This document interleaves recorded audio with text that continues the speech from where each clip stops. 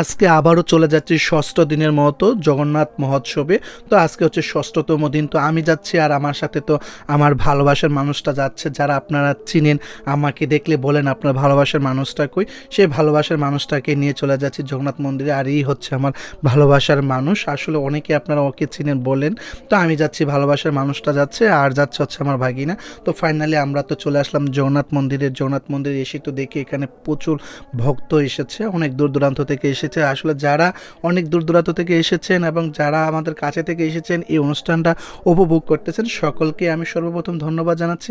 আরও ধন্যবাদ জানাচ্ছি এই মন্দির কমিটির যারা আয়োজক রয়েছেন তাদেরকে, আসলে এত সুন্দর একটা অনুষ্ঠান আমাদেরকে উপহার দেওয়ার জন্য। আসলে বিভিন্ন জায়গায় মহোৎসব হয় বিভিন্নভাবে, কিন্তু আমাদের এই জায়গায়, আমাদের এই জগন্নাথ ধামে, আমাদের জাহাপুর জগন্নাথ মন্দিরে হচ্ছে 5 দিন কীর্তন চলার পরে যে মহোৎসব আয়োজনটা হয়, এটা একটু ভিন্নভাবে আয়োজনটা করা হয়।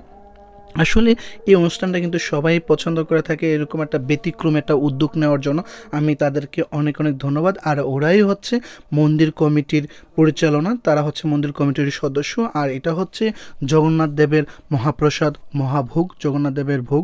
তো এখানে কিন্তু অনেক দূর দূরান্ত থেকে আসেন। অনেকে আমাকে বলে থাকেন যে ভাই এই মন্দিরটা কোথায়, দাদা এই মন্দিরটা কোথায়। কয়েকদিন আগে পঞ্চগড় থেকে এক দাদা আমাকে কমেন্ট করেছেন যে দাদা এই মন্দিরটা কোথায় অবস্থিত। তো মন্দিরটা হচ্ছে দাদা জাহাপুর গ্রামে অবস্থিত, মুরাদনগর, কুমিল্লা।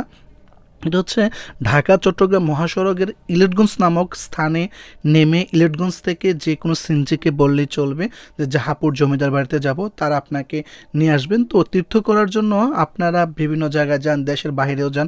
তো যদি সুযোগ হয়, সময় থাকে, এই জাহাপুর জগন্নাথ মন্দিরে আসবেন, এসে এখানে জগন্নাথকে দর্শন করবেন, দেখবেন আপনার কাছে ভালো লাগবে। আসলে মন্দিরটা কিন্তু খুবই সুন্দর।